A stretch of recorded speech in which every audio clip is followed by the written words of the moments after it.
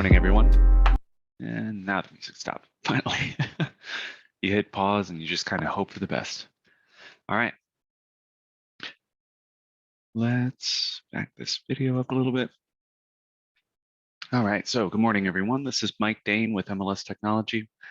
I was going to give you guys a little bit of an intro to our webinars before we get started today. Today's class is the 2-hour version of the RPR class, the Realtor Property Resource. We'll get a little bit more into that in a bit. Before then, I just wanted to let you guys know how the webinars are set up. Everyone will be starting on mute by default.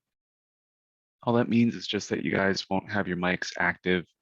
We got special permission from OREC to allow us to do the video free version as well. So you guys don't have to share your cameras with us. You can be in your pajamas, comfortable if you would like, but we do require some participation. There's going to be a raise hand button that I'll be using to kind of do polls here and there just to make sure that everybody's still here, or if anybody has questions. But if you guys do have a question outside of when we're asking, is everybody here, hit the raise hand option or whatever. If you raise your hand, we'll give you the option to unmute so that you can ask your question with your voice. But the rest of the time, please make sure that you guys are using the Q&A button to ask questions. The Q&A button does a good job of letting me know when there's somebody asking something.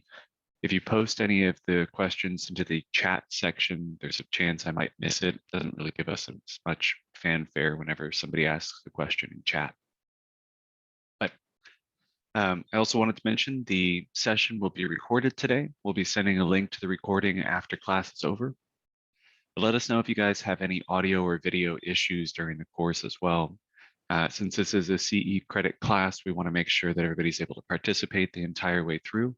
If there's any troubles with that, we want to make sure that we're addressing it as quickly as possible. We have had some people in the past that have had some issues with the connectivity, or the audio cuts out, the video cuts out, whatever the case may be. If we can troubleshoot that, make sure that you guys aren't having any kind of major issues that everybody is having at the same time, we can help you guys out with it. Speaking of which, we do have the service desk staff on standby whenever I'm in a webinar. So if there are any problems and you guys are just not able to even communicate that you're having an issue to me, you can always reach out to our service desk staff and they can help us out. Now, last, the CE credit for this class will be sent off after the class is over. You guys should receive a notification for that pretty quickly. But we send it off to OREC almost right away. It's worth mentioning that the system that they're using, I think, is still being upgraded, at least last time I heard. So if you guys notice that the credit hasn't been applied as quickly as you were hoping, you can always reach out to OREC and find out if it was submitted. All right. Next, let me just quickly run through the little buttons down here at the bottom. Ricky, I see your hand is up. I'll explain this in just a minute here. So the chat function down at the very bottom, again, that's where you guys can post any stories, commentary, etc. Make sure to use Q&A for any questions. Raise hand if you guys have a question during the course, but we're also going to be using that to make sure that everybody's here and listening and so on. And if you guys are joining us on a mobile device, the buttons are going to be rearranged just a little bit. You may need to tap the screen in order for those to appear. But again, same buttons, same usage. Raise hand to let us know you have a question, chat, Q&A, if you guys have any comments or questions you'd like to post. Ricky, got your hand up. There you go. It should have a prompt on the screen to ask if you'd like to unmute.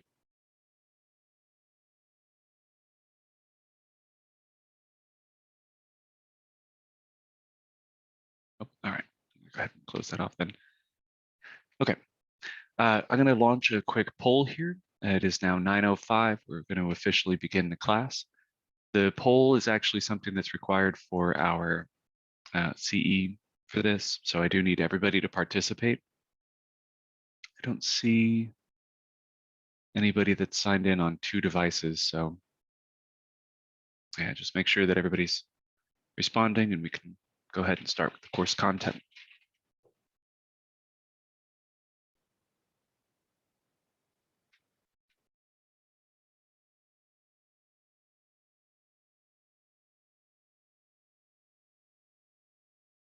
Excellent.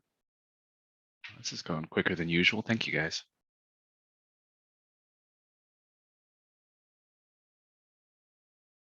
Looks like I need one more person to respond, and then we can go ahead and move on. Here we go. Perfect. All right. I'm going to go ahead and share the results. So it looks like there's actually a lot of you guys who are new to real estate, or at least relatively new. Just a few veterans here. What we'll do during the course then is I'm going to try and maybe give some extra context to some of the tools and usage and things like that. And actually, I see that a majority of you guys at least have used RPR before. So that's good news. For those of you guys who have not to worry. We're going to give you guys a really good introduction on this one. All right. So we're done with that. Minimize that. Excellent. So today's class, we're going to be discussing the RPR tool that you guys have access to from the MLS portal. It's important to note that this is actually a tool that's been provided not through the MLS. We obviously give you guys a link here on the MLS portal when you go to mlstechnology.com, but this is actually not a member benefit that's been provided through the MLS. This is a member benefit that you receive through the National Association of Realtors. So what RPR is, when you first get signed in on it, is the Realtor Property Resource. Now, the signing in part is actually relatively simple. When you guys first land on that homepage, there's going to be a simple registration process that you guys will need to go through. It's only going to require a couple pieces of information. If you click on Create New Account, it's going to be interested in getting your last name as far as what the National Realtor Database System, I think it's either database system or data system. I'm having some trouble remembering that, but it's whatever the last name was that you guys were registered with when you initially got signed up for becoming a realtor with the National Association. Next, you do need to have either the email address that you have registered with NAR, or again, the National Realtor Data System ID. If you guys actually don't know, this is just commonly referred to as the NERDS ID. If you guys don't know your NERDS ID, you can always get in contact with us at the service desk or even membership, and we can help you out with finding that information. Now, once you guys are getting signed into this for the first time, it's going to give you a little bit of a presentation as far as where the buttons are and what you can do in it. A lot of that stuff we're going to be covering today during class, so hopefully you guys will have a little bit of a head start on it. But we're going to start off with this home page in just a minute here.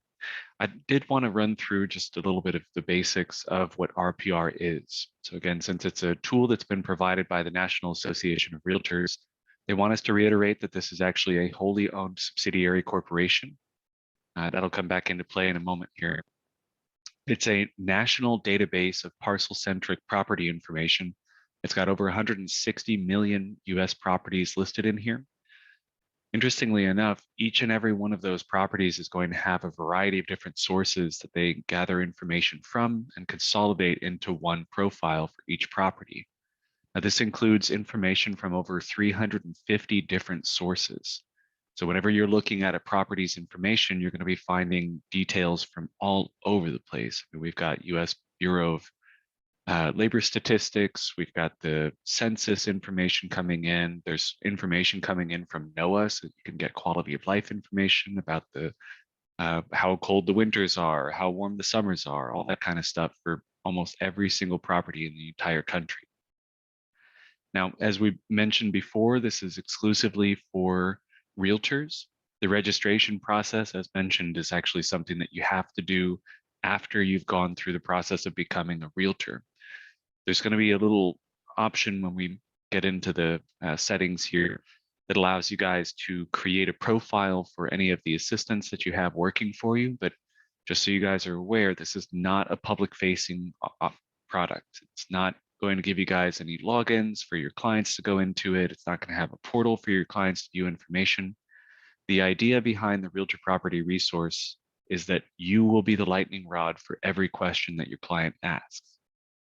So when we're talking about all of these properties that we have listed in here and all the different sources of information, it's meant to make sure that you as the agent are the first person that they're going to be going to whenever they have questions, rather than looking it up online or trying to find out from some app that maybe is trying to steer them away from using a realtor.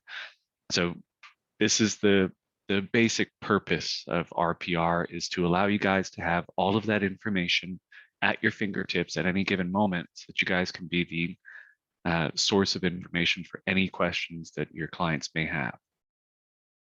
Now, it's worth pointing out that along with a lot of the other member benefits that we have, you pay one flat price for the MLS membership.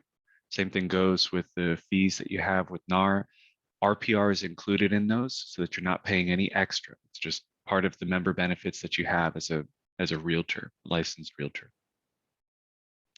Now, the important thing to remember with RPR as well, since I clarified this is a wholly owned subsidiary corporation of NAR, it's also worth noting that this is not an MLS. So whenever the information comes into RPR, that is its final destination. It doesn't get syndicated out.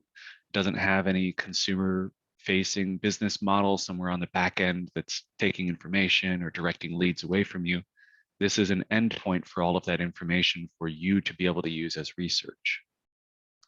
So there was some concern. I actually just found this out last year when I was having a conversation with one of our liaisons there. There was some concern whenever RPR was initially created that this was actually going to effectively try and build the groundwork for a national MLS, and that this was going to supposedly supplant all of us MLSs throughout the country. But that's not their end goal. Again, the idea is they want to make sure that you guys have all of the information that you could ever need as quickly as possible. It's meant to bolster your sales, not try and inhibit you in some way. So now, as far as what we're going to be discussing today, we're going to be discussing how to research some properties. So obviously we're going to be using some of the search functionality up here at the top. We're going to be discussing this My Markets section pretty quickly here. There's a couple other sections here on the homepage that we'll be revisiting a little bit later. But we also are going to be using RPR to determine a price. So we can use this for comp analysis or refined analysis tools. There's additional options that we're not going to be discussing in our class today in regards to the investor opportunities, the opportunity zones. There's farming that's built into it that they added just a couple of years ago. One of the really nice things about this product, and honestly, I kind of wish this was the same for so many of the other tools that we have access to, they try to keep this as up to date as possible. If there's some cool new tool that's available, they'll be able to try and ingratiate that into their system so that you guys have access to it as quickly as possible. I mean, the farming thing kind of came out of left field, but they added it in, and it's probably one of the best in the systems, in my opinion. I'm getting somebody reporting that there's an issue with the audio going in and out. If anybody else is experiencing the same thing, if you wouldn't mind posting that in chat, I just want to make sure that we're not having an issue with my microphone. I do have a backup though. I'll keep that on standby. All right. Well, you know what? Let's go ahead and move forward to our practical stuff. So when we first get signed into RPR after the registration, up at the top right corner, we're going to make sure that our profile is set up. So for those of you who have been through our matrix class, there's occasionally going, oh, and actually it sounds like some other people are having the same issue. If I need to, I can switch over to a different headset, but hopefully it's just some intermittent network issues. Okay, but for those of you guys who have been through our matrix class, we effectively do the exact same thing. Before we dive into looking at listings or searching for listings, we want to make sure that all of our contact information and everything that the clients will see when we start sending things to people is up to date and correct. So up at the top right corner, you can see I've got a little profile image, and there's a little drop down button to the right of that. First thing we're going to do is stop here at the profile. Profile is where we're going to find just some of the basic stuff that you guys need to have on all of your reports. We have a photo and a logo. Now the logo may automatically be set whenever you get in here, so you may not have to worry about that too much. But good news is, once you guys have that up to date, any of the reports that we're going to be creating, which we'll be covering extensively later, are going to include your logo, and you can also include a photo on some of those as well. Contact information similarly is going to be information that should have been imported over, but if you guys notice that there's anything that's not up to date, please make sure that that's correct everywhere else in the system, like in Matrix, Realist, etc. If it's incorrect anywhere else, that's indicative of a problem with some of the membership data.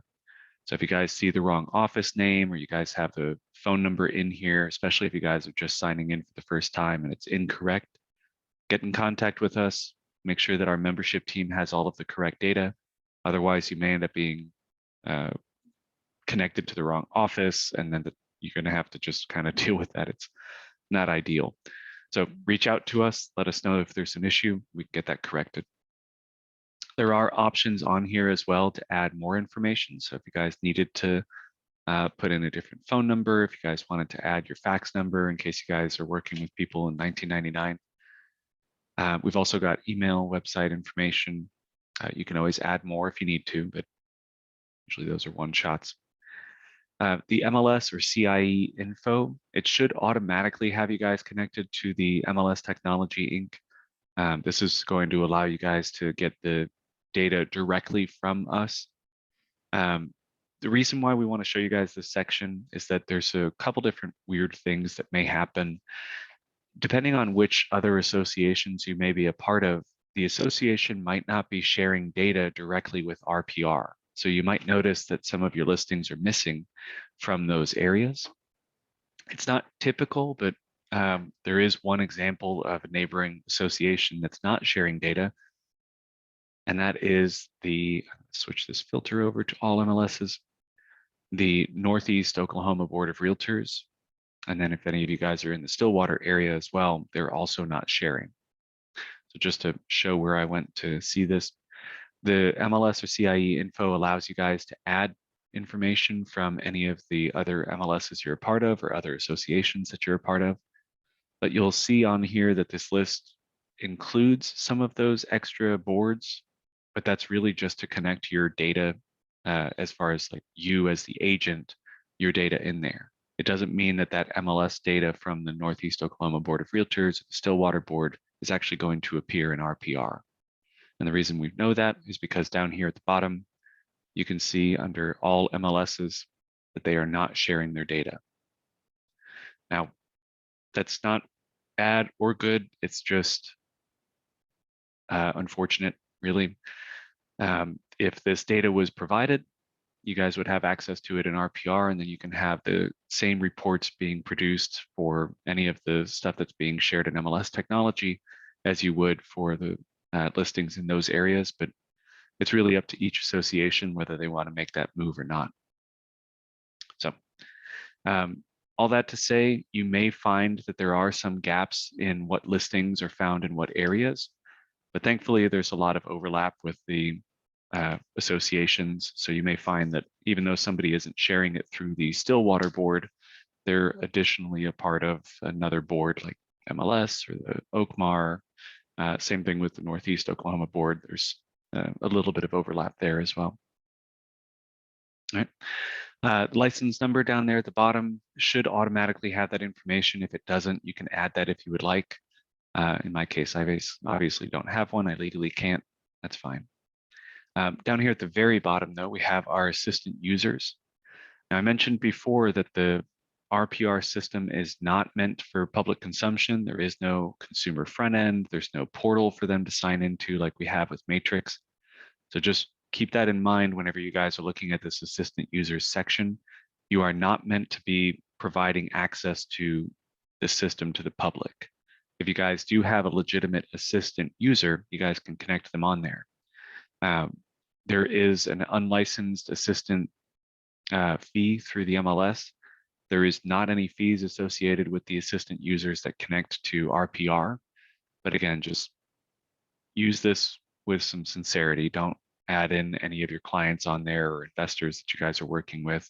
That's going to end up opening up a huge can of worms because there's a lot of information that's actually legally not allowed to be shown to anybody but MLS members and realtors, and so on and so forth. All right.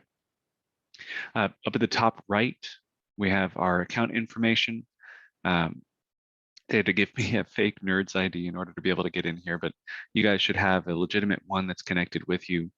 Same thing with your last name and the email address that you have connected to the system. Once you guys have gotten in for the first time, if you need to change your password after the fact, you can do so. There's also a time zone section. So if you guys are maybe changing locations, no matter what MLS you guys are a part of, what state you guys live in, whatever the case may be, as long as you guys are a licensed realtor, you can continue to use RPR. Just make sure that your time zone is set to the correct area. And then finally, we also have access to the RPR mobile app. This is something that's available on Android and iPhone. No matter what device you guys have, you guys can get that connected. As you can see here, I've got all my connections on there. And if there's any phones that you're no longer using, you just clear that off and it'll have to re-sign you in once you guys get back to that device. So if you guys aren't using a phone for a while, like that one I just deleted was actually one that I've got sitting in a drawer at home right now. So I clearly don't need to have that connected to my RPR account anymore. All right, so we're all set on our profile.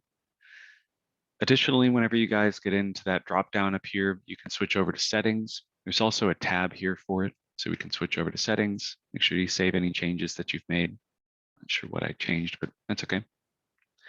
This is where we can find how the properties will appear on the map. Now, it's important to note that this is only going to be assigning a little tag to any of the listings that are under this certain amount of days old. So if you guys would like for new listings to appear as a new listing for longer or shorter, you can make the adjustments to that. Same thing goes with set recently sold or leased. If you guys would like to have your map filled with a whole lot of data, you guys can increase that. The defaults on here, is it not letting me make the change for some reason? Oh, now it's doing it. There we go. You guys can increase or decrease this.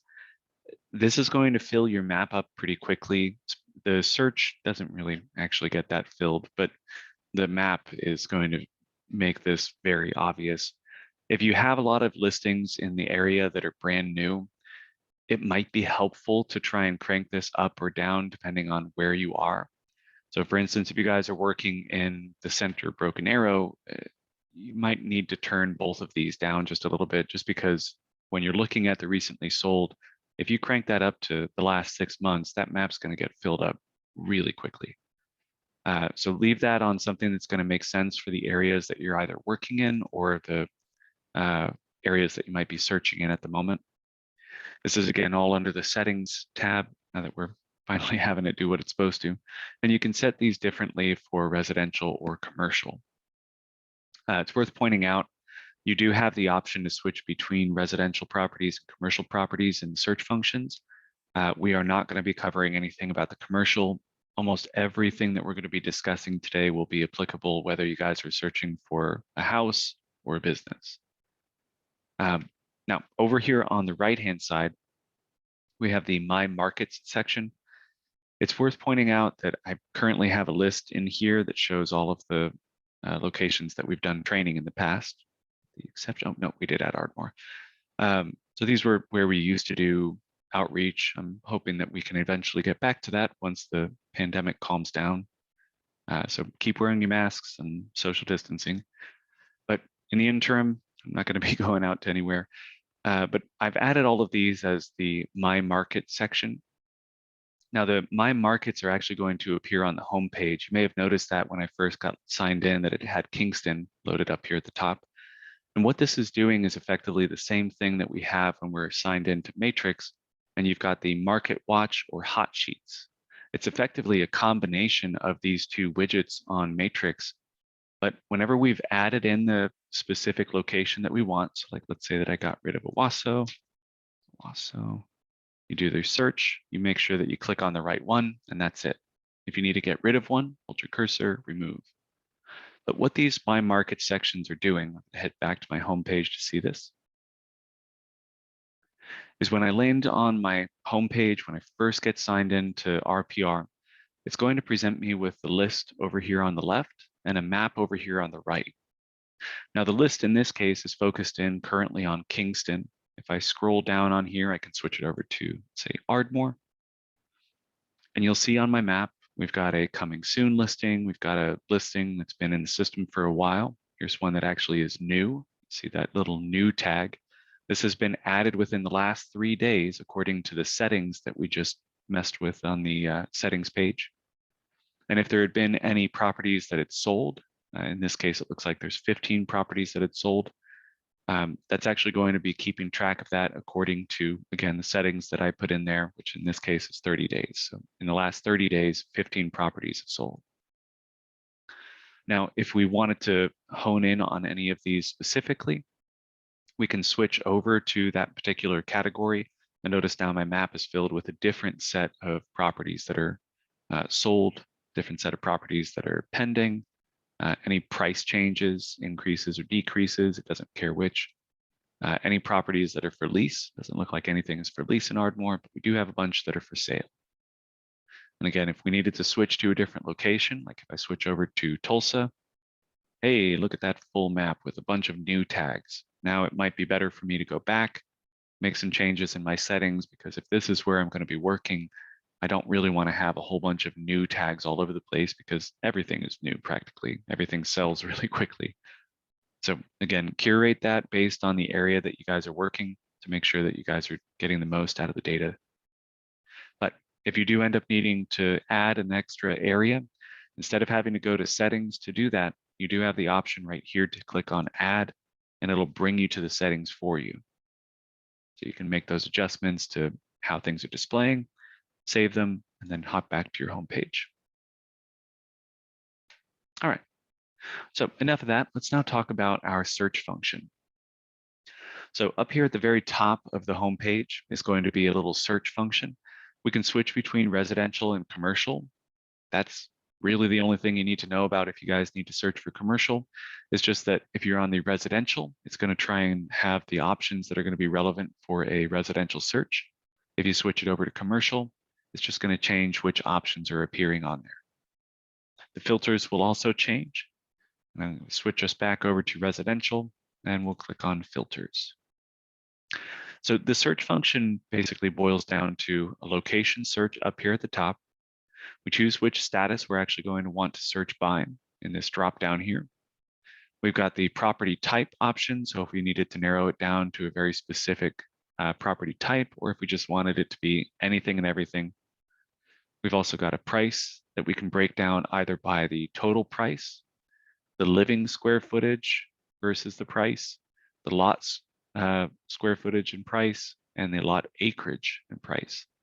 Same thing goes for the lease options. Again, all of those are basically the same, except instead of it being in the thousands, it's a little bit smaller.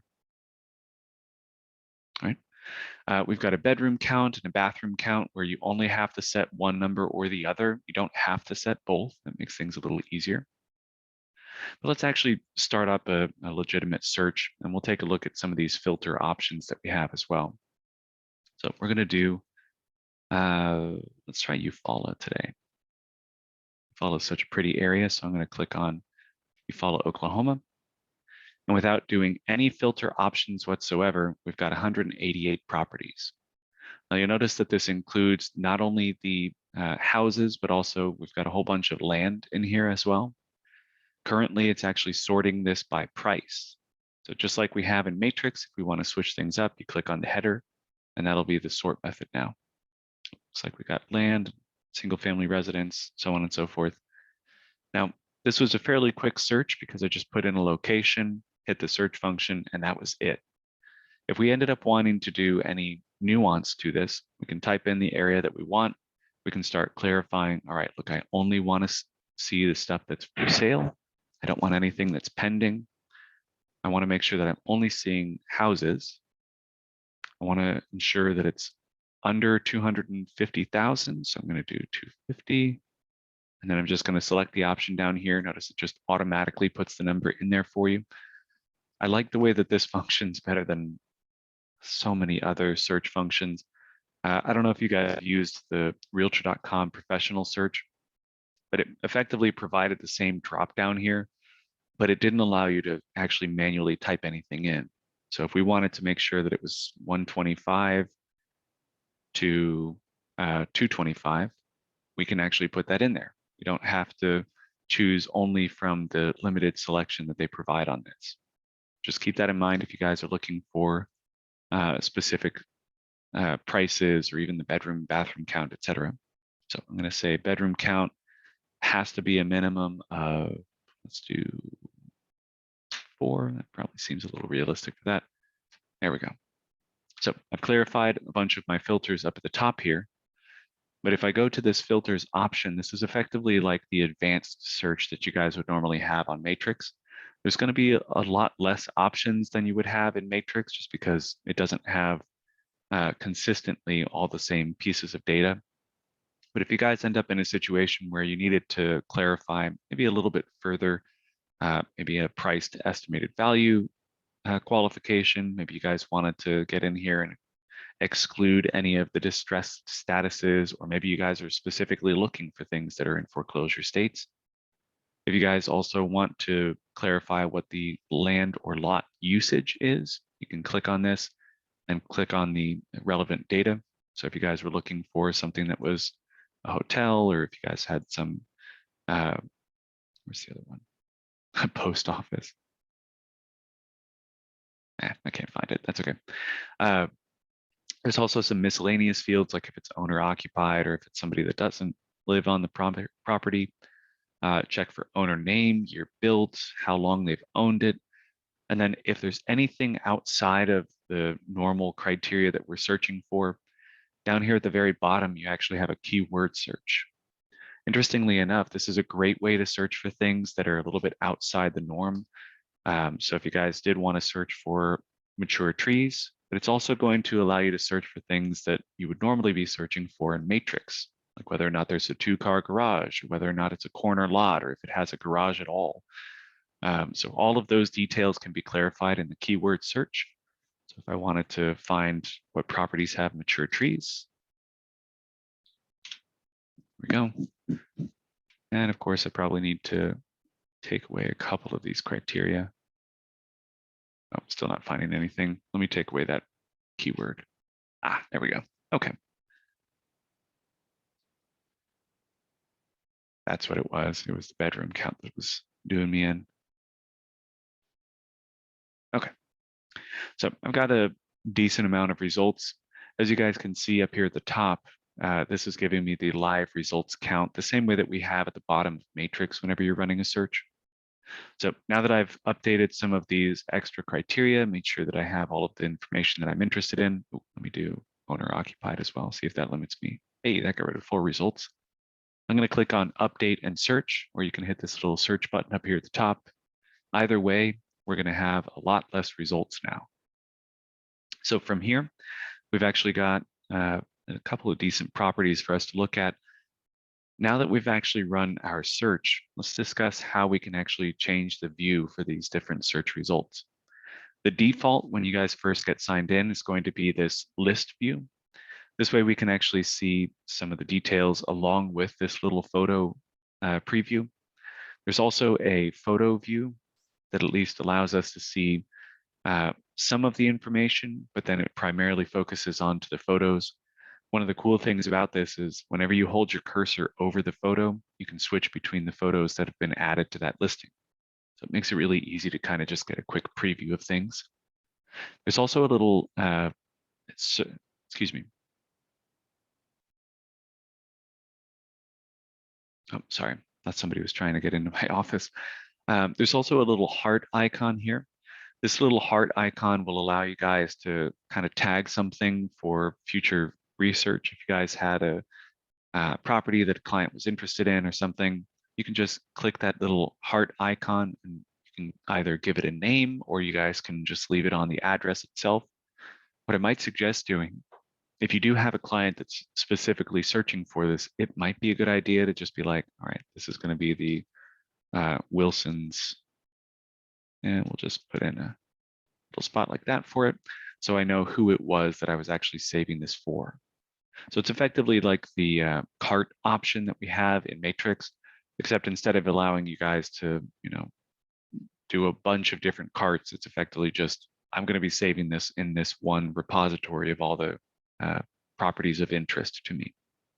So again, that's part of the reason why I recommend at least giving yourself a little note in regards to Johnson's Dream Home.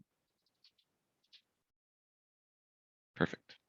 That way, when you come back to it later, you can be like, oh, that's right. When I was working with the Johnsons. Oh, look at that. I don't need to actually have the save on there anymore, and I can get rid of it pretty quickly and easily. All right. So again, list view, photo view. Now we're going to switch over to the map view. Map view is going to just give you guys an overview of the area that you searched. So in this case, when I searched for Eufaula, notice that that's actually the boundary that it's decided to draw on there, even with its little protuberance all the way out here onto this other little peninsula here. So we've got a couple of the properties here. Any of the ones that I've actually gotten marked as a favorite with that little heart icon, we'll have that appended onto it. And again, just like we saw when we were adding that in our settings, if any of these properties had been added to the MLS within the last 3 days, it would show up with that little new tag. Same thing goes if we had switched this over from being the properties that are currently for sale to anything that had closed the last few days. It's going to try and find everything within a certain time frame. All right. Now, the map actually does have some extra options.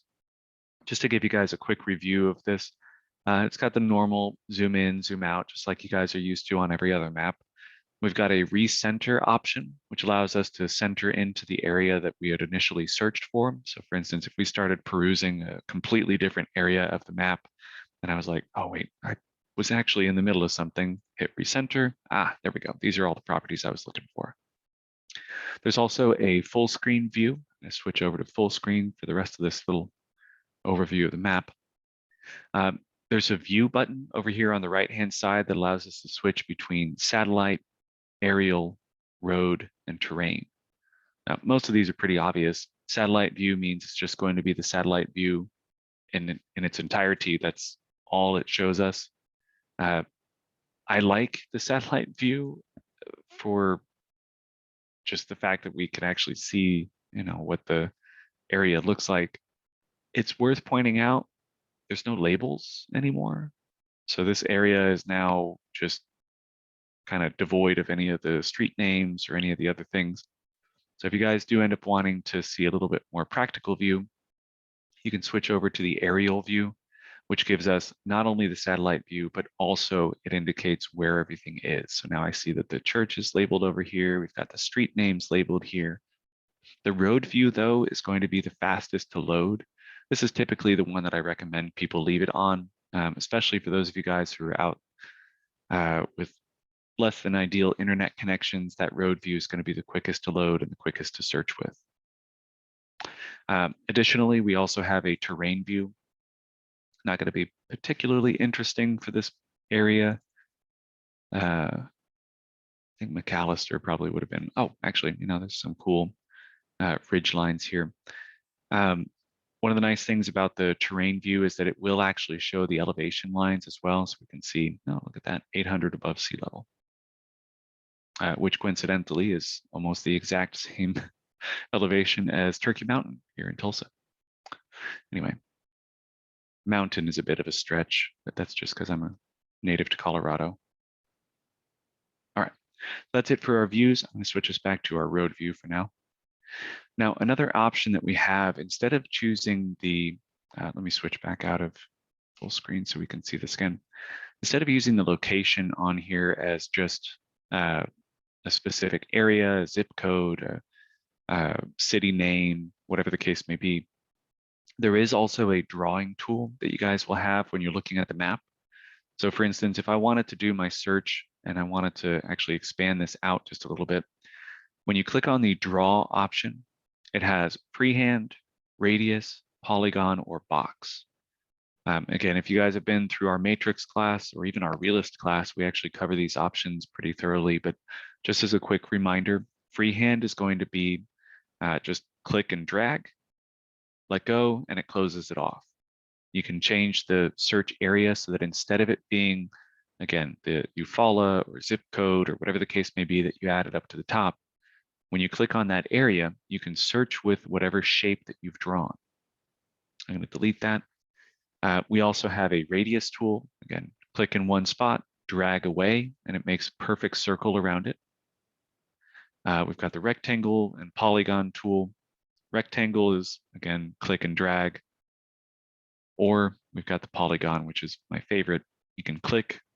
It treats it kind of like, I had somebody describe it the other day as the conspiracy boards.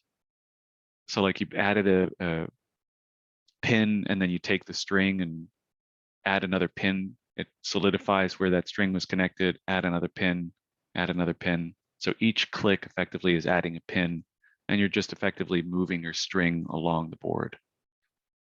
It's a good way to conceptualize it, I guess. Just never heard of them referred to as conspiracy boards. But once we've got that added on there, again, we can change the search area. So instead of it just being the things that are tagged with Eufaula, now it's actually going to be doing a map search. So legitimately trying to find anything that happens to be mapped in that area, which apparently didn't add any extra results to my search, but that's okay.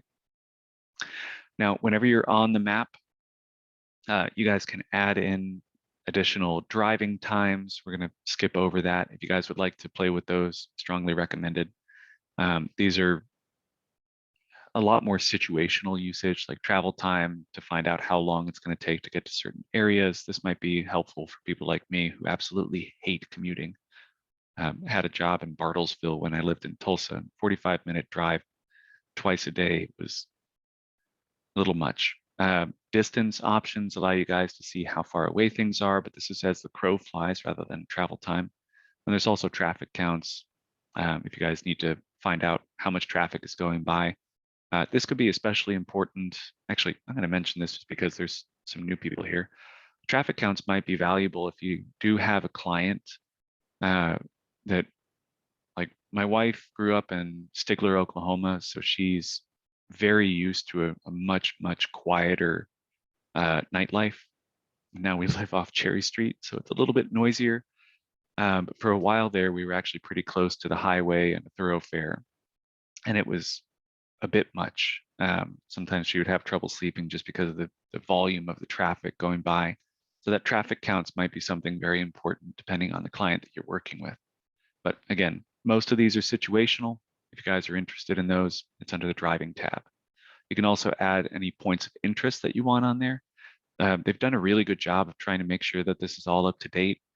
One of the notable exceptions, just because Oklahoma has so many churches, I don't see the worship one show all of the options for churches in Tulsa, but other than that, most of the rest of these are going to be pretty accurate, where the hotels are, where the daycares are, where the banks are, et cetera, et cetera. Same thing goes with schools. Schools will be added onto the map. You just check the check boxes for whether you want public, private, or charter, and then choose which of the levels of school you would like to add as well. So when we hit apply, we can see where the schools are located. You click on them and you can see what the school's name is. You can even run a school search or a school report and actually find out, whether or not the school is really nice. It's got a school rating that they're getting from a specific company called Niche. But we'll talk about that a little bit later. And notice whenever you click on any of the schools, it's actually going to show you what school district that is. So like where this area is being serviced by, which is a really, really handy feature. So there's our middle school zone. And we also have our data layers as well.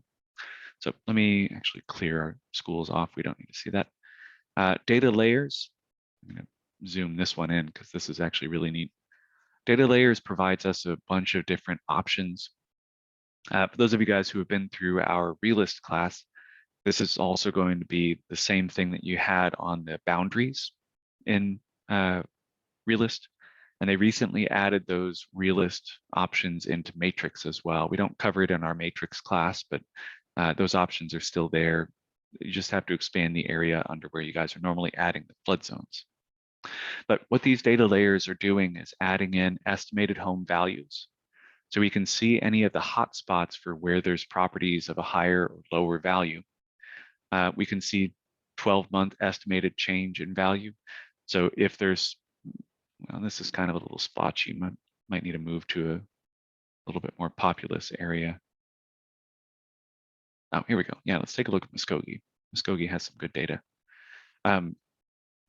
So when you add in that layer, what it's doing is effectively keeping track of the areas that are actually having a dramatic increase or decrease in the values.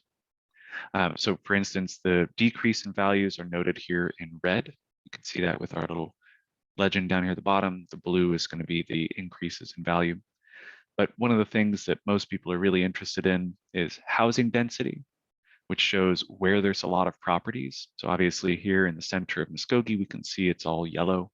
It kind of fades away as we start moving out into the more rural areas. And that housing density chart shows us down here at the bottom. Looks like these are, relatively dense, but not quite as bad as Tulsa. Got a year built as well. This is one that I actually really like just because this is something that I have yet to familiarize myself with. I was interested in architecture when I was younger, but the architectural styles are still a little bit of a mystery to me sometimes. So it might be helpful for me, at least, to kind of familiarize myself with, all right, well, it looks like in the center of Muskogee, we've got some properties that are, kind of early 1900s. 1940s seems to be where there was a little bit of a boom, expanded out into downtown, so on and so forth. So kind of helpful, especially for those of us who are relatively new to the real estate industry. I don't always know what the new or old houses look like, especially if one's been kept up with really well. And then finally, of course, there's the flood zones. Now, I did want to point something out with the flood zone map. In every other system that we give you guys access to, Matrix, Realist, they always show you guys the actual FEMA designations. The flood zones here in RPR are actually going to just show you kind of the low risk or high risk. It's not going to give you the official designation of, all right, this particular area is actually an X500, meaning it's a flood plain, whereas this area over here is an X500, which is a flood way. Like all of those little minor details have kind of just been washed over to make things as simple as possible for whoever's viewing it. So if you guys want a little bit more nuance to it, I'd suggest going over and doing a search for that property in Matrix, or if it's not showing up in Matrix because there's no listings on it, you can always do a public record search or a search in Realist and find out what the flood zone designations are. All right, so that's it for our map. We'll circle back around to using the map a little bit later, but let's actually dive into one of these properties. So as I've mentioned before, kind of moved away from where I was searching in Eufaula. So I'm going to actually recenter my map again. It's going to zoom me back to where I was. Now, if I'm trying to find some properties, again, all of this extra stuff that we've added on there is just, if you need it, you don't have to have it on there. But what I'm looking for was those properties. Now, if I click on one of the properties, it'll show a little details tab. So if you guys like looking at it from the map perspective, this could be really helpful to just click around and see what the properties look like. Or again, you guys can go back to the list view of the search or the photo grid view of the search. Either way, whenever you click on one of these, there's going to be a view details option. Or if you guys click on the address, it'll pull up the report for this property. Now, the way that the properties are going to be shown is going to be broken down into a bunch of tabs up here at the top. There's going to be a couple different things that you guys will need to know about this. When you first get in, it's going to start you off with the summary page. It's going to show any of the photos that were uploaded by the listing agent. This could be photos added maybe a couple years ago, or it could be photos that are added to a brand new listing. It's always going to depend on what the status is of this particular property. In this case, I've got an active status listing. And I can see over here on the right-hand side, I've got a map as well. If I want to make the map a little bit larger, or if I wanted to see more of the layers or find out, some context on this particular property, I can click to open up the interactive map, and it presents me with the exact same options that we saw from before. So remember, we've got the full screen, we can change the view, add a drawing, driving, points of interest, et cetera, et cetera. So if you guys needed to know, all right, well, where's the nearest hospital? I want to make sure that that's added on there. Zoom out just a little bit. Uh-oh.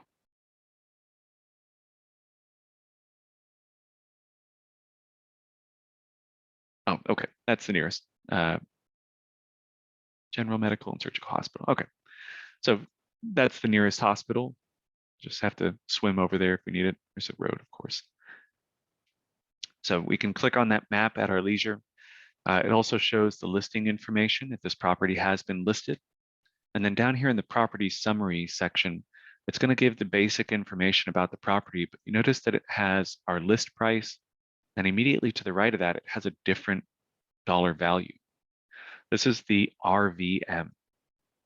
Now, one of the notable things that you guys are going to have whenever you're working with properties is what's called an AVM. That's the automated valuation model. What this is actually doing is just producing a value based on the public record information. Now, an AVM is something that you guys can get from a variety of different sources. In fact, there's some companies that are actually only doing that.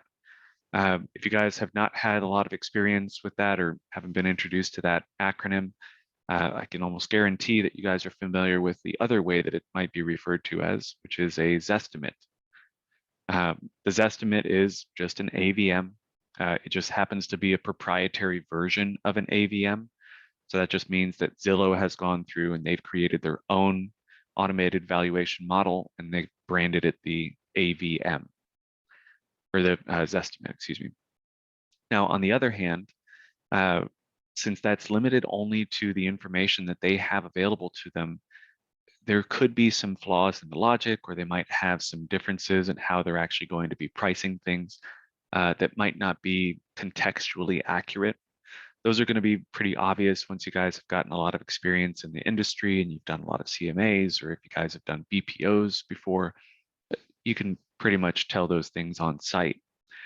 The RVM, on the other hand, is actually going to be something that's a little bit more comprehensive than what the AVMs are typically going to provide, because this information is going to be augmented not just with the public record information that AVMs typically use, it's going to also include listing data as well. So again, since the MLSs are actually feeding information over into RPR, it's going to take not only the public records and what properties in the area have sold and for what values and what were their specifications, it's also going to include any of the specifications and pricing that was used for current listings or pending listings.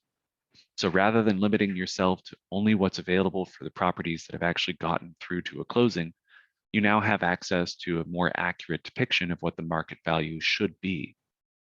Now, obviously, this is still something that you guys are going to want to take with a grain of salt. And in fact, it even provides us with some extra data down here under the More on RVM. This is showing us a specific range, and it even gives us a little confidence score so that we can understand how confident the system is that this particular price is correct. Now, we happen to luck out. This property happens to have an RVM that's very, very, very close to what the value is that they've got it listed at. So good on Michael Gregory, who is not in class today. Good on him for at least getting this pretty close. The RVM estimated range is also relatively narrow.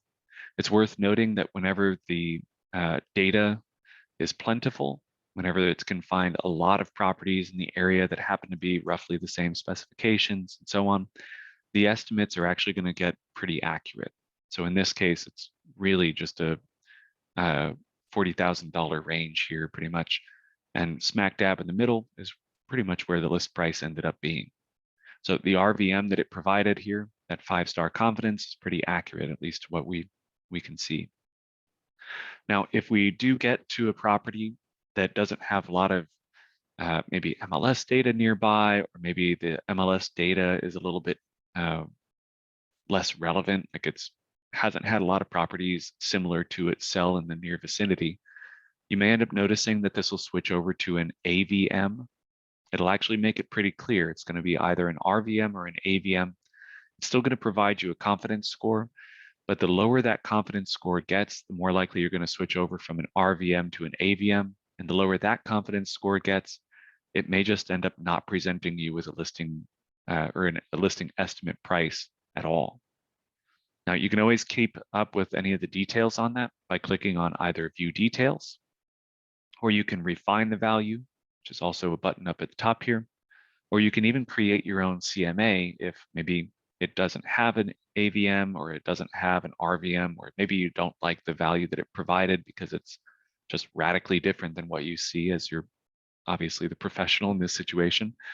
So you can always create a CMA. This is something we're going to be covering in the latter half of class. We're about to take a break, just so you guys know. But all of this, again, is just going to be the basic details of the property. The AVM, RVM, if there is one, you don't have to oblige. Again, you're the professional. You guys are going to know what the price should be.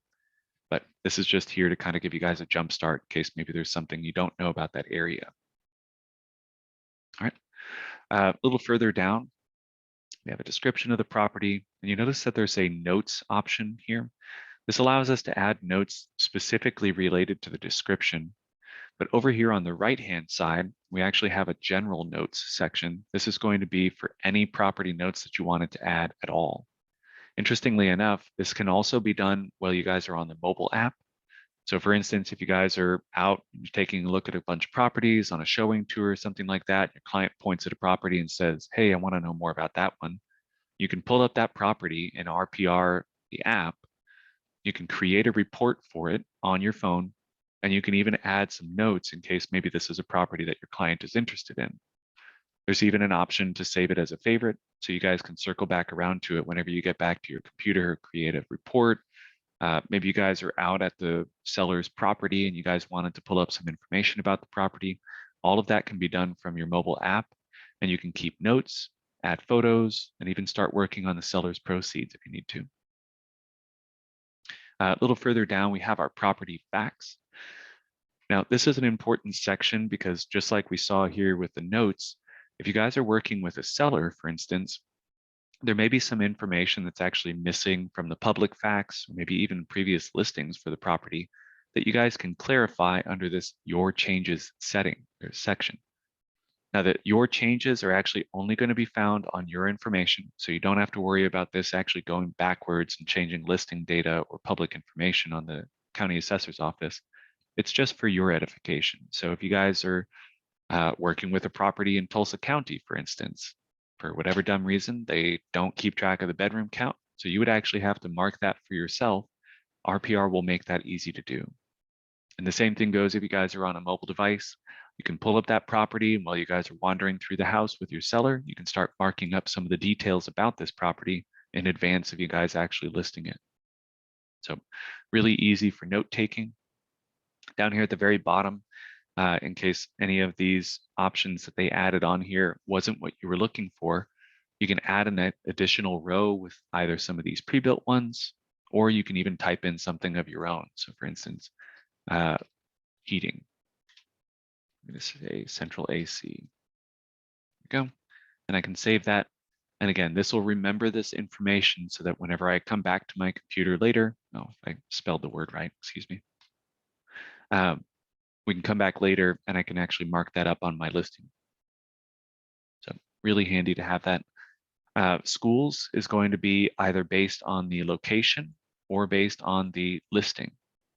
In this case, it looks like there's no schools connected to it. Huh, I'm gonna have to find out why that's missing. I literally have never seen that before. But the based on location section, I did want to point out, this is only going to be doing a proximity search. this is not going to be a reliable source of information for where the kids that live in this house would actually be going to school. Just bear that in mind, that this is just a proximity search. A little further down, we've got our price history change, price change history. This is just showing us, again, what's happened with this particular listing. Got an AARP livability index that was recently added, I think. And time has been so weird since the pandemic started. I'm pretty sure this was last year. It might have been the year before that they added this on there, but this is going to be our first instance of getting to see this about this data option. We see the about this data option on a lot of the other features that we're going to be discussing later, but we'll circle back around to that whenever we're done with our break.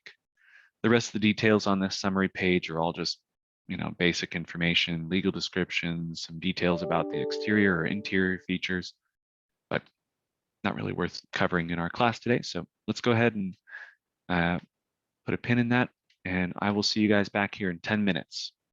Just a fair warning, when we come back at 10:11, I'm going to have you guys hit that raise hand option just to make sure that you're still here, and then we can go ahead and get started again. If you do not raise your hand, we will not be giving you credit for the class. Just a fair warning. We did have somebody yesterday that missed out on CE credit because they weren't here, so just keep that in mind. All right, I'm going to go ahead and, oh, well, you know what? Now it's almost 10:02. We're going to get back at 10:12. All right, see you guys in a minute. Oh, and Steph, actually, are you looking for answering a question? Oh, I see you just waving hi. All right, I'll see you guys here in 10 minutes.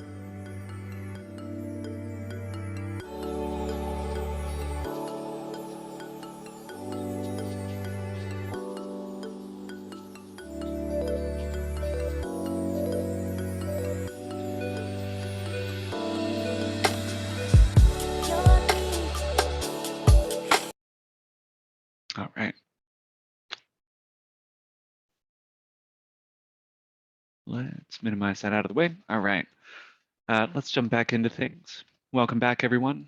Yep, go ahead and start raising your hand if you don't mind. Just want to make sure that everybody's here.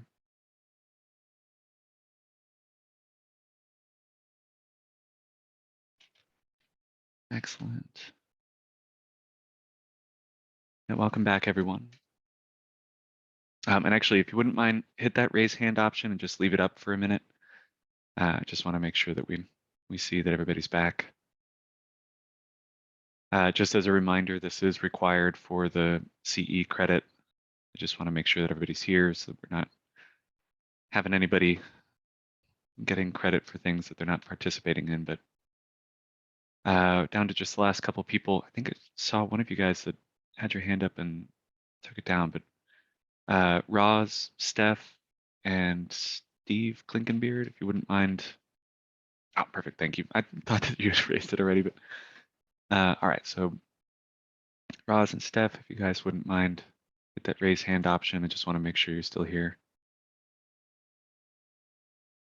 Excellent, okay, that's everybody. Thank you guys. I'm gonna go ahead and lower your hands. Again, if you do end up having any questions, just hit that raise hand option, but everybody's back. So we're gonna go ahead and get started again. So where we left off was just taking a look at the basic summary. So I did want to do a quick recap of where we've gone. So we landed on our homepage. We discussed how to get our profile updated. We discussed the My Markets section, as well as the settings surrounding what's showing up on the map and what sections are showing up on the My Markets. We had some properties that we found along the lines that we saved. Those are going to show up under our saved section. We're also going to see any of the recent properties that we've looked at, reports that we've created, and notes that we've added to our listings. We'll also see any of the searches that we've run along the way. So if I had any searches that I'd run recently. So here we have our initial search today for Eufaula, our initial search here for the area within Eufaula that I had drawn with my pen tool. And then we also have any saved searches, which we'll discuss a little bit later. But let's jump back in with a different search this time. So we're going to search for a different area. And in fact, actually, how about in the chat section, if somebody could give me an area that you would like for us to search in, we'll see if we can use that. Or if you guys have a property that you would like us to use as an example, we can always use that as well.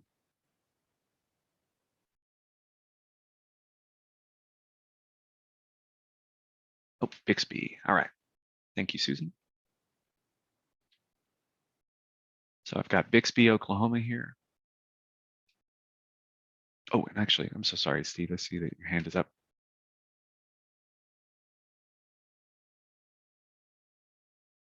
There you go. There should be a prompt on the screen to unmute if you need to.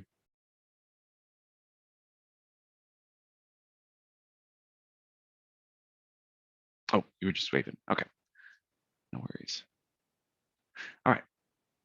Oh, and actually, it looks like I still had the same specifications as I did before. Let me change this to a little bit larger sum of money. And we'll run our search again. Hey, there we go. So we've got some properties now. Oh, single family. Oh, they just don't have any photos added. All right. Well, let's do this new listing over here. Oh, actually, Donna just asked an interesting question. Whenever you guys are running your search, it's going to offer you guys a variety of different search result options. What I would suggest doing whenever you guys are running your search, you can run it with just the name of the location. What I would suggest doing is if it tries to corral you into a zip code to use, just type in the name of the city that you're looking for and then type in Okla after it. It'll narrow down your search results so it's only offering the place. So it'll actually narrow it down to just Bixby proper. It also is going to depend on where you're searching for Bixby. I know that previously, at least when we were working on the My Markets section, so when you guys were going to settings and adding them in there, it would provide you with a list of not only the main city, so like the actual Bixby proper, whatever, it would also offer any of the zip codes within that area. They, I think, started to change that a couple of years ago. But if you guys end up in a situation where you're just wanting to narrow it down again to just the township proper, you can always put in the name, comma, and then Okla or Oklahoma or whatever. When you just type in OK, it will still offer the zip code sometimes. Anyway, so let's actually click on, we'll just use this one. It's got a nice pretty picture for us. So I've clicked into the listing. And let's see if it has an RVM. Oh, it does. Excellent. All right, so we've got a property here. This property does have a list price that's a little bit higher than what the RVM is. Actually, it's a little bit outside the range of the estimated value as well. That might not necessarily be a bad thing. Maybe the RVM is not quite keeping up with the market or the demand in this particular area, or the specifications for this property are a little bit outside the norm for the other properties in that area. Whatever the case may be, again, this is still something that you should be taking with a grain of salt anyway. Just remember that this isn't meant to be gospel. This isn't, the only value that's applicable to it. Anyway, up here at the top, we're going to move on to our next tab here. We've got our history for the property. Now, along the right-hand side of the summary page, we noticed that there was a bunch of these same options where it shows kind of a breakdown over here on the right of the area that we're searching within. If I had pulled up a property in a specific zip code, it may even show the zip code, the city, the county, and then the state. But in our case, just want to give a brief summary of what our history tab is going to show. This is going to have the sales and financing history up here at the top. Now, this chart may have barely any information at all, or it may have a ton of information. It's really going to depend on which property you're looking at. In fact, if I switch over to the next property, oh, here we go. Hey, this one's got a lot more listing activity. Looks like it got listed first in June of last year for 295,000. And then it's had a little bit of a price decrease and then a price bump increase. Oh, it expired and then it was put in again as active at a lower price. That's what happened. Okay. And we can see there's a sale here, financing activity in the past.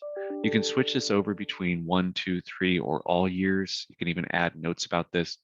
But this data is going to be coming over from a variety of different areas. We've got either the public records or proprietary data, as well as listing data from on and off market listing sources.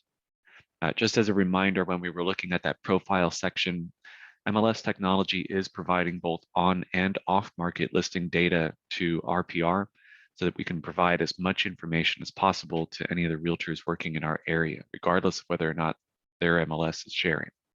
So there should be a pretty good level of accuracy for a lot of the properties, at least nearer to Tulsa or in Bartlesville, or I think even McAllister and the surrounding area of SOAR has a lot of really valuable information in there as well, because they've been with us for a while.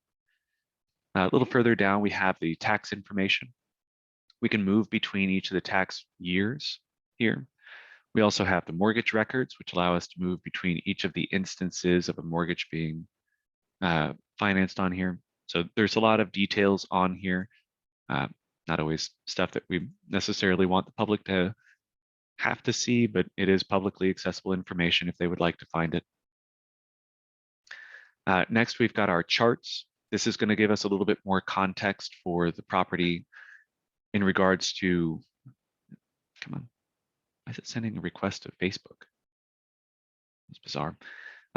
This is going to give us a little bit more context for this particular house in this zip code, the county, and the state, showing us what the values are for this property versus this zip code and so on. And as you guys can see, there's a little section up here at the top underneath where this house appears. Whereas if I hold my cursor over this area, it'll show on the top left there what the exact value was, and I can see a month-by-month basis. A little further down, we've got the median estimated home value versus median listing price. So we can see that the list price is often going to be a little bit higher. We can see in about this data that this is coming over from the same sources that we saw before, public records as well as listing data. And it's actually being updated monthly, same with the other charts. When we start getting out of the kind of more just chart-based information, this is good for maybe us as realtors, but it also might be valuable for any of your investors. Typically, most clients aren't going to be that interested in it. So I'm actually going to switch us over to this neighborhood view instead. Now watch what happens when we're looking at this information. When I'm clicking between summary and history and charts, it's always going to be keeping this address up here at the top. But when I switch over to neighborhood, what this does is it actually switches us out of this particular property and instead focuses us into this zip code.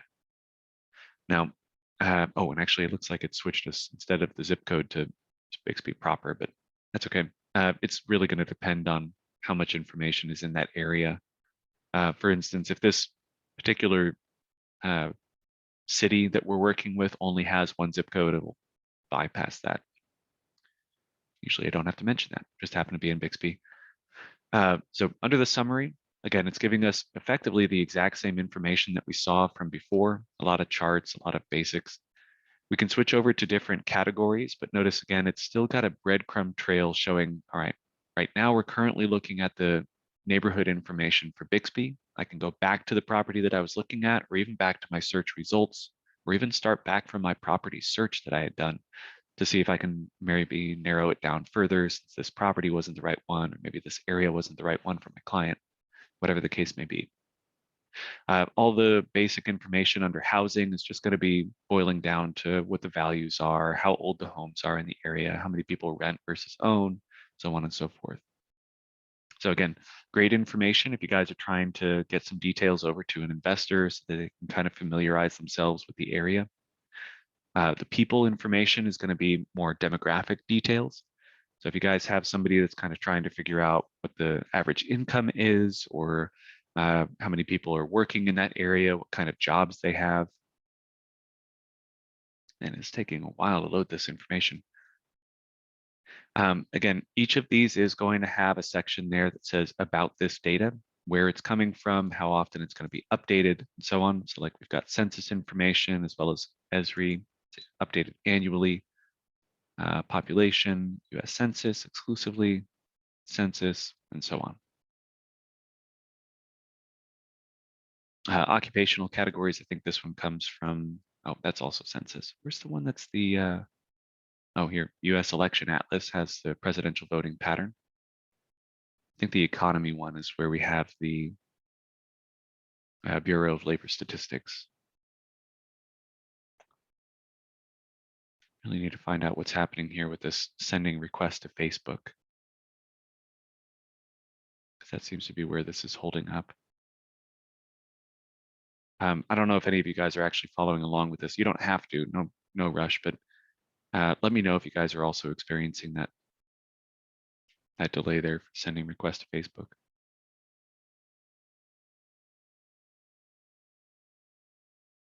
There it goes. Geez, it doesn't usually take that long.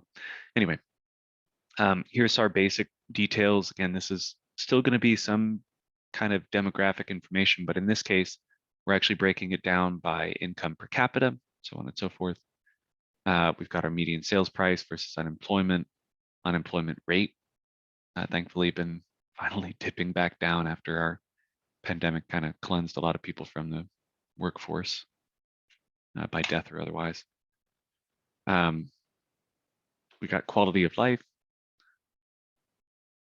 This is going to show us the basic information about what it's like to live here, what the elevation is, annual rainfall, so on and so forth. We've got average commute, again, showing us some basic details, mostly coming from census information. Here's some information from NOAA about what the temperatures are like, min, max. And then here's our AARP livability index, which is actually pretty nice for Bixby. It's a nice area. And then it breaks down each of the different distinctions in there. I bet you money that part of the reason why this engagement, civic and social involvement in Bixby is so nice because they've got that really nice theater that they have that Kristen Chenoweth put up. She's great. All right, so I'm going to move back now.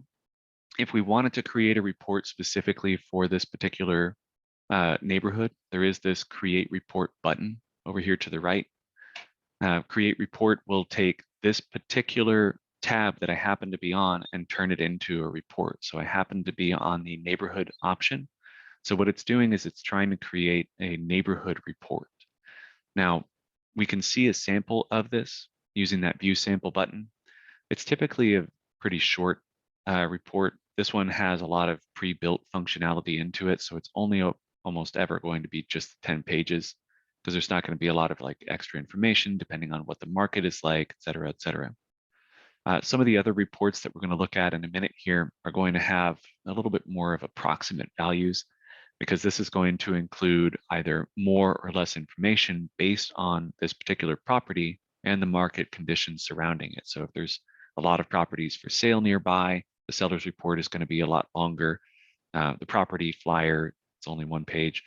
The mini property report is going to be longer or shorter, again, based on what options we're choosing. So let's actually jump back here to our property. There we go. So again, just following this breadcrumb trail back to where I was a minute ago. So let's say that I wanted to take the information that I have here. So the details about this property that's currently for sale, and I wanted to send this off to a potential buyer. There's this create report button up here at the top right corner, right next to where we've got save or print. And what this allows us to do is create a variety of different reports. So the neighborhood report, fairly simple, just gives a lot of basic information about the property, the area, excuse me. The property report, seller report, property flyer, and mini property report are all going to be based on just this property alone. It's going to include information from additional properties in the seller's report. There's also the valuation workbook, which is a little bit more specific towards those of you who do like BPOs and CMAs professionally. But in our case, I'm going to just stick with this basic property report. And over to the right-hand side of each of these reports is a little plus icon. This allows us to see which of the options we want to include whenever we're sending this report off. So starting off, we have a property summary. This is the same basic information that we saw when we were looking at it before. It's important to note that whenever we're sending off reports, it's going to strip everything that's not present to the public so that it's only going to show the information that's allowed to be shown to consumers. So for instance, when we're looking at this particular property, I can scroll down and find out what the broker remarks were. If I needed to find out maybe what the broker remarks were, the compensation amount was, any of that information will be included on here. But when we get to the reports are meant to be, for people outside of the industry. So this is not going to include anything that you're not allowed to show to the public. So when we go through and actually create this report, you don't have to worry about trying to remove parts and pieces of this based on its legal visibility. Now, in my case, I'm actually going to only strip a couple of the parts and pieces of this, just this about RPR and our data. And if I want to try and simplify this down just a little bit so that it's not quite as long as it normally would be, there's also the option to strip out some of these neighborhood details. So for instance, if they're just moving to another property in the vicinity and they don't really need to know more about the demographics or the people in the area, or the economic conditions, the quality of life, we can just uncheck those checkboxes and that'll remove that from my report. So now I've taken a report that normally would be around 28 pages, and I've probably just stripped about 8 pages away from that. So down here a little bit further, we can personalize this particular report by adding in a name, so whoever is going to be sent off this information, or even just putting in a message on there. So if I wanted to tell them like, hey, this is the property that we were looking at when we were out on our showing tour, take a look at it, let me know, or something like that. Delivery method, we actually have the option to either just immediately download the PDF, or we can actually email this off to someone right away. And you can CC yourself on there as well if you guys would like to maybe get a look at what this looks like from the client's perspective. Now, this is one of the few things that I would recommend as effectively homework for this particular class. Get signed into RPR and just create a report for your house, for one of the properties that you're working with, for a listing that you guys saw in the MLS. Doesn't matter what. Just get in here, open up one of these property report options, take a look at which parts and pieces you may want to include, get everything sent off to yourself, and find out what this actually looks like from a practical level. The reason I recommend doing this is because, just like almost every other system we have, you're not going to be able to break it. It's very unlikely that you're going to find some loophole that's going to crash the system. But the value of actually getting to see what these look like in person is going to reiterate why you want to send this off to the clients. So right now I'm going to be doing the display option. So this is going to be running this particular report for this property with these details. And up here at the top right corner where I've got my little reports option, it's showing me that this particular report is being created. Now, once it actually finishes the creation of this, it's going to do a little doorbell sound indicating that this property's report has been completed. Now, once I hear that sound, I can actually go up to the top and open it back up. But the good news is I don't have to stay on this page while I wait. So if I come back here and I needed to fill in some details, it'll end up bringing this up. Oh, you know what? I think I turned off my doorbell sound. That's my mistake. I'm going to hit download report anyway. So this is what the reports will look like when we send it off to the client. So just to reiterate once more, since this kind of seems a little contradictory to what we were discussing earlier, the information that we're sending off in this property report is not a portal. It's not something that's actually meant to be inviting people into RPR. This is literally just gathering the information about the property, putting it into a final report, and sending it off. Now, you guys saw how little effort I put into that. I literally just clicked on the create report button, checked or unchecked a couple of options, and then had it create what looks like oh, look at that, 20 pages exactly. I had it create a 20-page report. It already has my company's logo up at the top. It already has my information down here with my logo again, my photo, my contact information, all of which we clarified at the very beginning of class. And then a little further on, it shows us the details about the property, what the list price was, what the estimated value is. You can choose whether or not to include this estimated value as well. So if you guys don't want to show what the system thought the value should be, you can actually just remove that. A little further down, it shows some more details about the property, where that's getting those details from. Since again, we're in Tulsa County, here's our completely nonsensical missing bedroom count. We've got our extended home facts, AARP livability index, what schools are listed, as well as what schools are based on the location. We've got the property photos from the listing so that people can actually see those. They are relatively small other than the primary photo. We also see, I think, oh, you know what? I turned off the historical photos. There used to be an option to include photos from previous listings for this, but I think I turned that off because I didn't really find any value in that. But you guys can leave that on if you would like.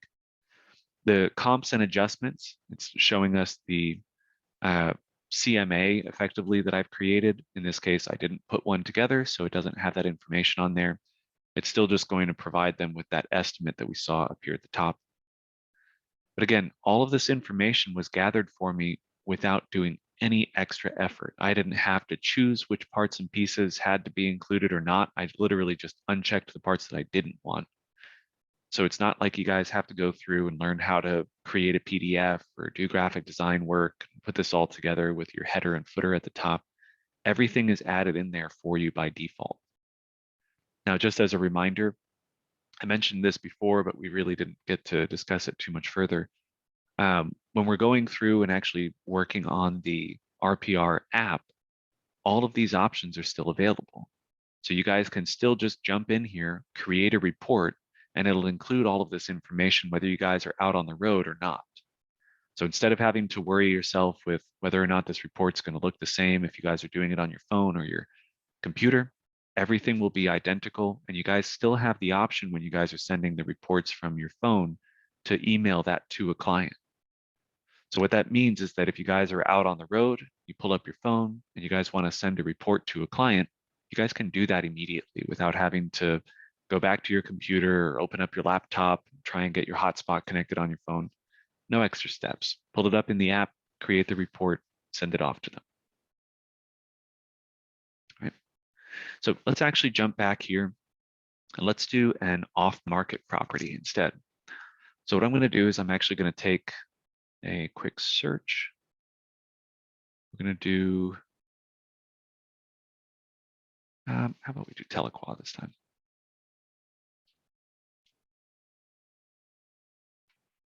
All right.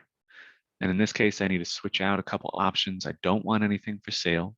Don't need to worry about trying to set a sold within date.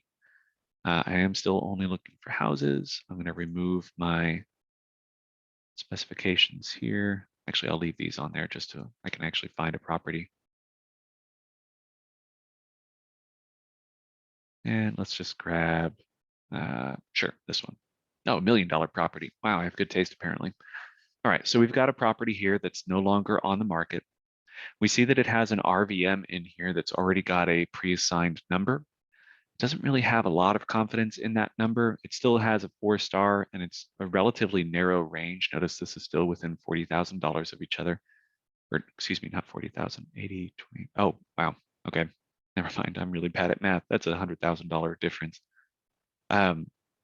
So we're still within a decent range. Now this is still a relative value as well. So it's still, a tenth of the value difference, but this RVM confidence isn't giving me a lot of confidence in this value. If I'd like to, I can actually refine this value a little further. So I can take the details from this particular property and make sure that those values are assigned their proper due. Under the refine value option, or this refined value choice up here in the tabs, we can actually clarify what the system is interpreting this as, or even making adjustments to the details about the property if need be. So for instance, maybe they've added an additional bedroom to the property. Oops. We can add that in there. Maybe they added another partial bathroom within that bedroom, and the lot size for whatever reason wasn't up to date. So I'm going to actually adjust this to the true value there, 5 acres. And then when I hit apply, you'll see that this actually changes the value that each of those elements has. So I added an extra $163,000 on here, bringing my total over here up to 1,220,000. So that's all based on the details that I've changed in here. If I switch even one of these parts out, so like take away that partial bathroom, it's a different value. Now, this is, again, still relying on the computer to try and guess what each of these values is. As a professional real estate agent, you obviously are going to have a little bit more insight into what the values are. This is meant just to be kind of guidelines for you so that you don't have to worry about like, what is an extra partial bath actually worth? Looks like it says about 60,000 or less. What about an extra full bathroom? We had an extra full bathroom. Oh my goodness. There we go. Come on, keyboard. Oh, an extra full bathroom is actually worth even more money. So a little further down, we also have the option to add refine value by home improvements. So for instance, if they recently did a major kitchen remodel, it was an upscale kitchen remodel. They just finished this in May of the year when everybody picked up a hobby back in 2020, and they ended up doing an extra $10,000 of work on there. I'm going to click add, and you'll notice that even though we put in a value that they invested into this, it does include a little bit of depreciation to that value so that we're not actually just giving a flat, this is the amount of money extra that this particular property should be worth. It's saying, okay, well, that added, $4,500, $4,600. The refined value by needed improvements, on the other hand, is actually going to be a flat deduction. So for instance, if I needed to say that,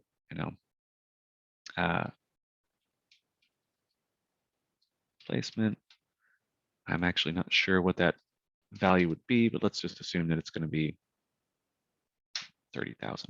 I'm going to click add, and notice this does not do any depreciation.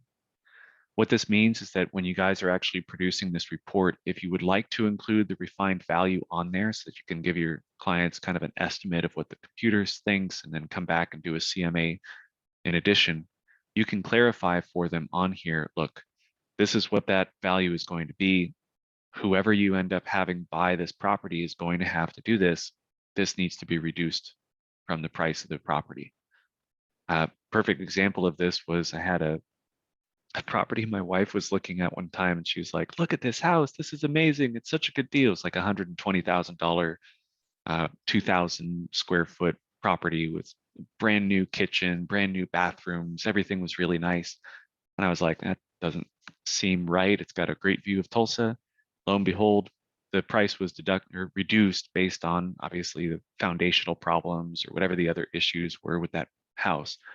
So if you do need to kind of give that indication to your sellers, this is a great way to just kind of give them that kind of straightforward, this is what we need to do in order to reduce the price because you're not willing to, paint the house or replace whatever the parts were that needed to be done, or fix up the things that are kind of deal breakers for buyers. So you can give them that little warning through this system if you need to. Now, the last option on here is refine market value. Now, this is stuff that's going to be a little bit more subjective, which means that you guys can just drag these sliders. I would suggest leaving the little value change option down here at the bottom visible, so that whenever you guys are saying, I wanted to add, because obviously this price is close, but still not quite where it needs to be. Maybe it's supposed to be worth 100 or 1.5 million or something. We can change this up here at the top. And while I'm actually sliding this over, it's starting to increase the value. So like if this area is hopping, you can increase that value. If you think the house is really nice by comparison to properties nearby, we can increase that. Same thing goes with the interior. The lot size, in this case, is really phenomenal, or whatever the case may be. The view is great. Maybe it's that property overlooking downtown, whatever. And the privacy is great because nobody can reach the property. Cool. So I've added most of those on there. I can increase or decrease these just to make sure that it's hitting where I want. But then I'm still going to have to explain to my client, look, even though I put this value in here with this particular number, I was just giving it a little bit of an estimate. The computer actually found out what the exact value was. So if you guys don't want this, you don't have to use this. Same thing goes with actually any of this stuff with the refined value. Whether or not you guys have an AVM or an RVM on the property, you'll always have the option to do a CMA. So for instance, if we do end up in a situation where there is no value provided, or maybe you guys just don't want to use the value that it originally produced, you can go over to the CMA option, or when you're on the summary, click the Create CMA option, and it'll provide you with the choice between a comparative analysis, which is the default, this is the one that we recommend, or the sales comparison analysis, which is significantly more detailed. I would only recommend this if you guys have a background in appraisals, or if you guys have been working in the industry for a really long time, but it's a lot more comprehensive. There's a lot more nuanced portions. It's a lot less of the subjective sliders and stuff like that. You actually have to assign a specific value to each and every element of each and every comparable, or you have the option to, I should say. You don't have to do something outside what the system provided. So the first step on these, after we come to the CMA, is just like we have with our CMAs in Matrix, which we have a class on if you guys are interested. You have to confirm the facts about the property. So this is just the initial research phase. We need to make sure that if that's the correct amount of bedrooms, it's the correct amount of bathrooms, the correct amount of square footage, et cetera, et cetera. Once all of these details have been confirmed, you can hit confirm facts and close. If you did make any changes along the way and you need to change those back, you've got a reset option, but you confirm those. And now we can go into finding our comps. So when we find the comparable properties, it's going to provide you with at least the defaults that you would need. So on the left here, we see the property type. It's already narrowed it down to the property type of the property we're looking at, so a single family. It's also going to be looking for any properties that are currently active. This is going to be looking for MLS data. So if you guys are in an area that's not being serviced by an MLS that shares its data, you might find yourself a little limited on that. We've also got any of the pending listings and the closed listings. Kind of a little bit of a cheat for those of you guys who are going to be in our CMA class in the future, but we have active, pending, and closed as our basic required elements for if you guys are creating a CMA. RPR as well as NAR also recommends including any expired listings. It's been nice to actually see that listings are getting to expirations recently. Obviously not nice for the people involved, but we just had so many properties that were getting put into the system and then immediately dipping out that there was no value in adding the expireds. There is, again, now that we're finally having listings making it to the end of the listing agreements, so make sure that you check that checkbox. Now, the off-market date, this is still within the confines that we recommend people to stick with. Within the last 6 months is a reasonable amount of time. You can change this all the way up to within the last 18 months, but I did want to point something out. The time frame that you guys are using for the CMAs is going to effectively limit whether or not you guys are getting relevant data. That's a good thing. You guys want to make sure that you're not getting something that's irrelevant because you went 12 months back and got properties that are effectively just in a completely different market, because 12 months ago was a radically different market in Bixby. 18 months ago was a even more radically different market because we were still in the midst of 2020. So just keep that in mind if you guys are working with properties. You want to stick with something that's a relatively small window so that you don't end up finding properties that are just completely irrelevant, or the prices are irrelevant, or whatever the case may be. Now, speaking of the properties being irrelevant, we also have the option to include the beds, baths, and living square footage. You can put in min and max on here. I might suggest actually switching over to using the maximum options. So for instance, in this case, I would probably limit myself to 3 or 4, just to ensure that I'm not seeing too many properties outside that. Living square footage, you can always increase or decrease if you guys are getting too many results, or maybe even just not enough. But as soon as you start making any modifications to these options, you're going to be changing which of the properties you're actually viewing, which might dramatically increase or decrease the values. Now, there's a price range option in here, and you notice by default it's actually not checked. If you do end up doing a CMA with a specific price range built into it, you might skew your results. But there's also the possibility that you might have some properties that are nearby. Like for instance, if this was a real upscale neighborhood that happens to be right across the street from an area that's maybe not quite so upscale, you might find properties that have almost the same specifications, but might not be within the same price range because build quality or location or whatever the case may be. So once you're happy with all of your search criteria, you hit search, and it'll provide you down here a list of all of the comparable properties. So in this case, it looks like we only have one comparable property nearby in the last 6 months, whether it's active, pending, closed, or expired, with these specifications for bedroom and bathroom. If we need to go back and actually make changes to this because we don't have enough criteria or enough comps, excuse me, we can always go back, take away some of those details, run our search again. Oh, it looks like now we got a second one because there's one that has 5 bedrooms, 5 bathrooms. Interestingly enough, both of these are,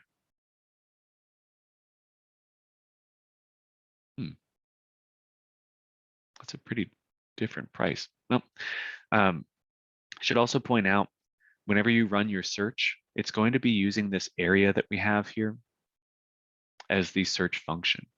So if we want to make sure that we're searching in a larger area, just zoom out. If you wanted to narrow it down because you're getting too many results that are outside the area that you're interested in, you can zoom in. I'm going to zoom out just a little bit, run my search again. Now it's still providing me the same 2. It looks like there's not too many properties similar to this one. So instead, what I can do, now that I've got my comparables, I can hit this little checkbox here that adds it to the comps being used tab over here to the right. Now, in this case, it looks like one of these properties actually was used in the automated value. So we can see this little star indicating that it was used in this property's case, the RVM. Check that checkbox, check the checkbox for the next one, and then I can do update valuation and close. Now, typically you want to use significantly more listings than this. It just doesn't look like there's either a lot of activity or a lot of activity that's similar to the property that I'm working with. But when I hit update valuation and close, this provides me with the comps. So it shows me the average of all of these as well as the price range. And then we also have the option to kind of finalize this, as it were, to ensure that our client is only seeing a specific number. So we can click on edit and put in the value. It shows us what the original value was that it provided. So I can say, let's do, there we go. And we'll put in a minimum of and a maximum of 8. There we go, save. So then whenever I produce the report, which gives me a button to do right here, these are the numbers that the client will see, not these. So I'm going to hit create report button, and it's going to bring me automatically to the seller's report. So the only reason it's doing that, it's not automatically recognizing that this is off market. I can switch this over to a property report, a flyer, a mini flyer, or a mini property report, whatever the case may be. But the seller's report has a lot of valuable information specifically for a seller. So you'll notice it's got the property values, list price, estimated value change, the comp analysis result, and the comp analysis range. I can choose which parts and pieces I want to include, because if my seller is only interested in just what my comp was, I can uncheck the checkbox for estimated value. And down here towards the bottom, you can suppress the estimated value for subject property. That way we don't end up accidentally seeing that RVM if the RVM is just radically wrong. So we'll assume that's the case in this situation. So I'm going to hit run report. One of the things that I might suggest, at least for those of you guys working on a seller's report, one of the things that dramatically bloats the size of these reports are the market activity options. This is going to just show anything and everything in the area that happens to be available, active, pending, recently sold, et cetera, et cetera. It might be good information for them to know, but it also just, again, makes the report a lot larger. So if you remove these options, it's going to be a lot more focused on just your property that you're looking at and the comps that you found. So that way you're not having to, actually select market activity as well. If you just remove those options, it makes it a lot easier. All right, so it's producing that report. Where is my doorbell sound? Oh, it is on.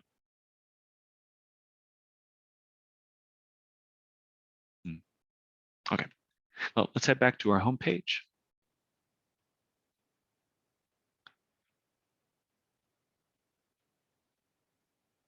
It's the last thing we needed to cover. Oh, that should be it. Okay. So the last thing that I wanted to cover after we have our report pop up are some of these buttons up here at the top.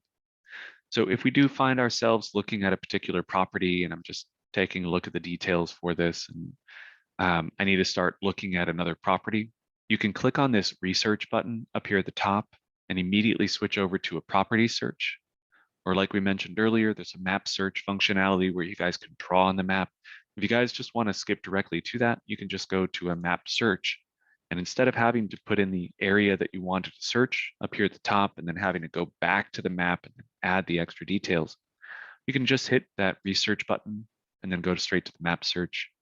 There's a variety of other options that you guys will have access to, including down here at the bottom, there's a how to research. So when you guys are going through RPR, you may notice that on each page, there's actually going to be a little learn option up here at the top. This learn option is actually going to be curated for each page that you happen to be on. So if I click on a particular property that I'm interested in whenever I've run my search, and actually let me zoom out so we can actually run a search here.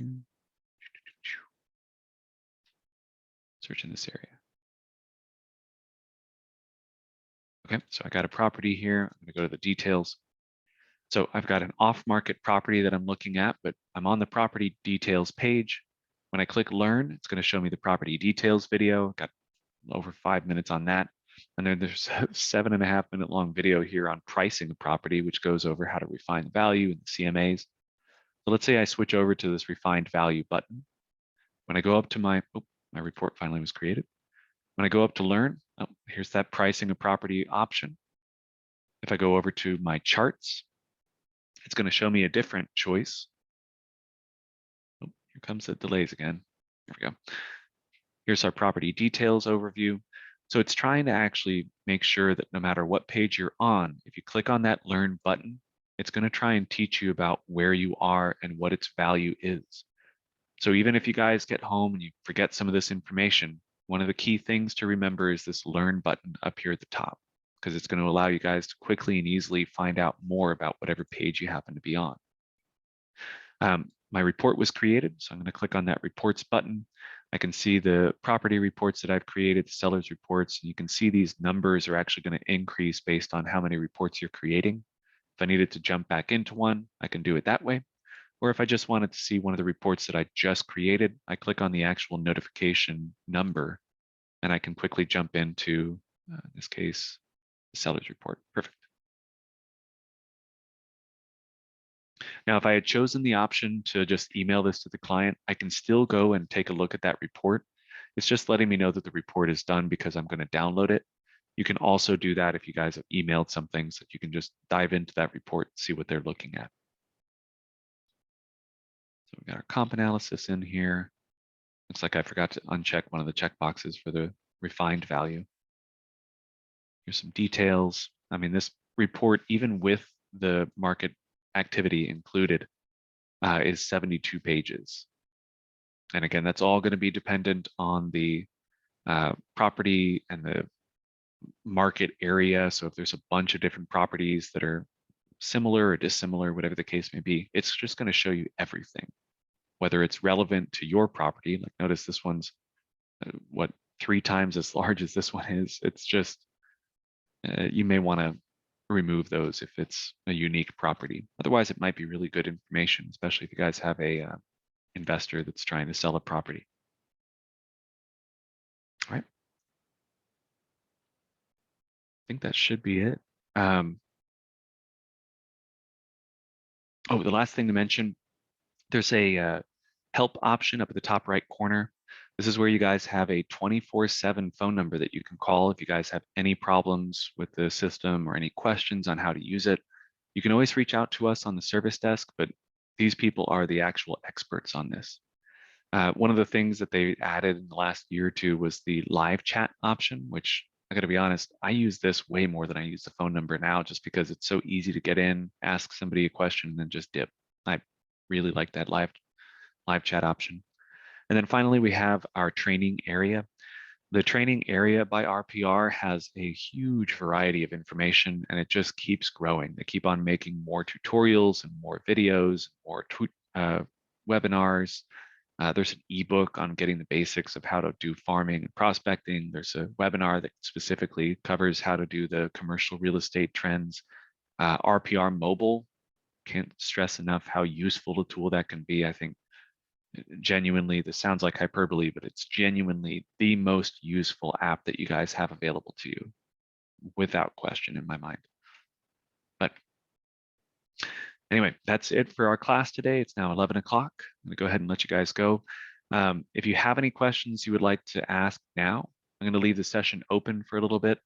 If you guys would like to start researching any properties directly from Matrix, just as a reminder, when you get into Matrix, over on the far right-hand side of every listing, when you guys are looking at the system default option, there's a little link that immediately opens up this particular listing, this particular property in RPR. You can also find that when you're looking at individual listings underneath the photos. Forgot to mention that earlier, that's my mistake. But that should be it. Oh, and Jack asked a question. Wife is uncertified and unpaid assistant. What is the appropriate procedure for her to access the info on RPR? Again, that's just going to be up at the top right. Go to your profile option. And then down there at the very bottom, there's the assistant users option. But again, just as a reminder, if they are going to be interacting with this information at all, they're going to have to be within the confines of being an official assistant, because there is information that's only meant for people that are members of the MLSs. Yeah, no problem. Well, thank you guys so much for joining us today. I'll get this information sent off to our education director, and she'll have the information forwarded over to OREC so that you guys can get your credit. Again, just let us know if you guys have any questions or problems along the way. We're here for you. And hopefully we will see you guys in future classes. Please be safe and make sure you guys are masked up and social distancing, and hopefully we will see you guys around.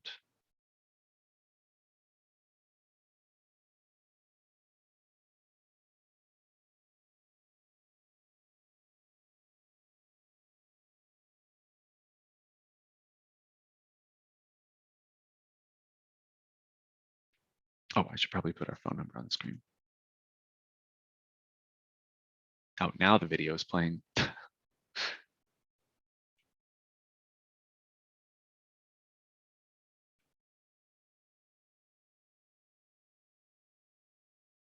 right.